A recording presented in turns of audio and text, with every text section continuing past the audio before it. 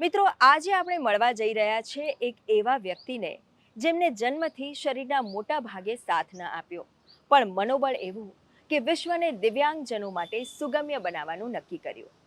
બાળકો જ્યારે રમકડાથી રમતા હોય ત્યારે સમીરભાઈ એ રમકડાને ખોલીને એ સમજવા તત્પર રહેતા કે આ કેવી રીતે ચાલે છે. અને એ જ કુતૂહલતા અને નિર્ધારના આધારે સમીરભાઈએ આજે એક એવી કીટ બનાવી છે જે દિવ્યાંગજનોને નવા સપના અને દિશા આપે છે.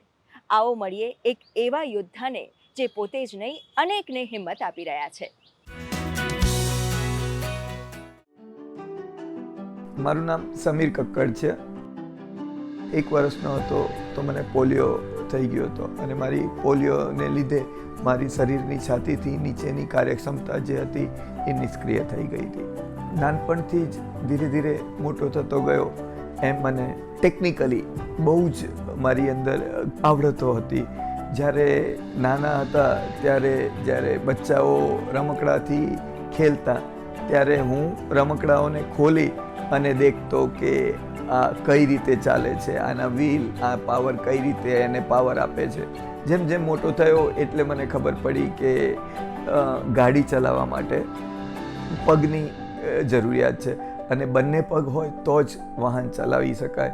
બહુ જ હું નાસીપાત થયો, પણ મેં મારી વિકલાંગતાને મેં મારા રોડનો ગड्ढો ના બનવા દીધો.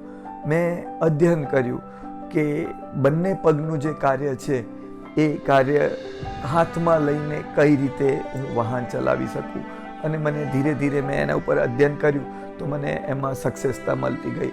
જે ગાડીમાં ક્લચ, બ્રેક અને એક્સિલેટર આવે છે એ ત્રણેય કંટ્રોલ મેં એક એવી કીટ બનાવી કે જેનાથી હું આસાનીથી મારા લેફ્ટ હાથથી ક્લચ, બ્રેક અને એક્સિલેટર કરી શકતો હતો અને મારા રાઈટ હેન્ડથી હું સ્ટિયરિંગ કંટ્રોલ કરી શકતો હતો.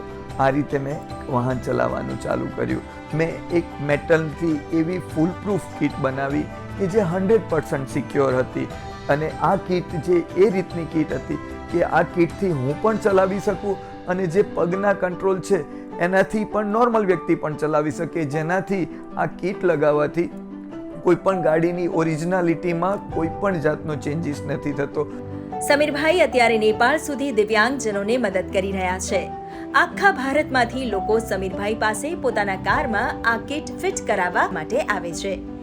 ભારત અને ભારતની બહારે જે બી પ્રોફેશનલ કાર રેસિંગ થાય છે એમાં મેં પાર્ટ લીધો અને એમાં મેં highest car rally champion in the વર્લ્ડનો પણ મને ખિતાબ મળ્યો. અને મારું એક સપનું હતું કે મારે કાર ચલાવીને આખી વિશ્વની સફર કરવી છે. મારે વિદેશમાં જવા માટે ડ્રાઇવિંગ લાઇસન્સની જરૂર પડે અને ભારત દેશમાં ઇન્ટરનેશનલ ડ્રાઇવિંગ લાઇસન્સ દિવ્યાંગજનોને નહોતું મળતું, જે કાયદામાં નહોતું.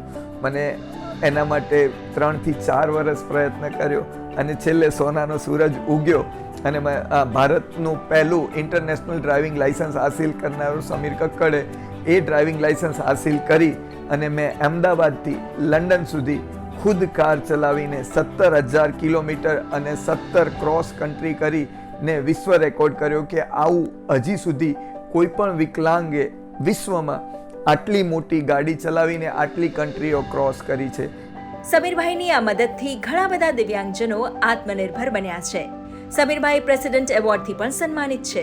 बस में या रिक्शा में ऐसा ट्रैवल करना मेरे लिए थोड़ा डिफिकल्ट था, तो मैं रिक्शा क्या बोलते हैं टैक्सी की वेट कर रही थी, लेकिन बारिश की वजह से टैक्सी अवेलेबल ही नहीं थी.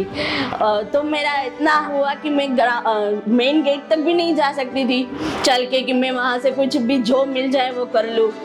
तो मैं तब मेरा बहुत डिफिकल्ट हो गया था कि अरे यार क्या, मैं 1 घंटे तक बैठी कुछ नहीं हुआ. लेकिन जब नेक्स्ट मानसून आया तब मैंने साइका मोबिलिटी से मेरी कार एडेप्टेबल करवा ली थी. तो मानसून था, पानी था, तो मुझे ऐसा लगा कि लास्ट ईयर मैं कितना हैरान हुई थी, लेकिन इस बार मैं अपनी तरीके से ड्राइव करके पूरे मानसून में भीगे बिना घर तक पहुंच गई. तब से मुझे पता है कि साइका मोबिलिटी ने मेरे लाइफ बहुत इजी कर दी है. कार चलाने का मुझे बहुत ही शौक था, तो मैंने कार तो ली, रख सकता था ड्राइवर भी और ड्राइवर भी रखा है, लेकिन सेल्फ ड्राइविंग का मुझे बहुत ही शौक था.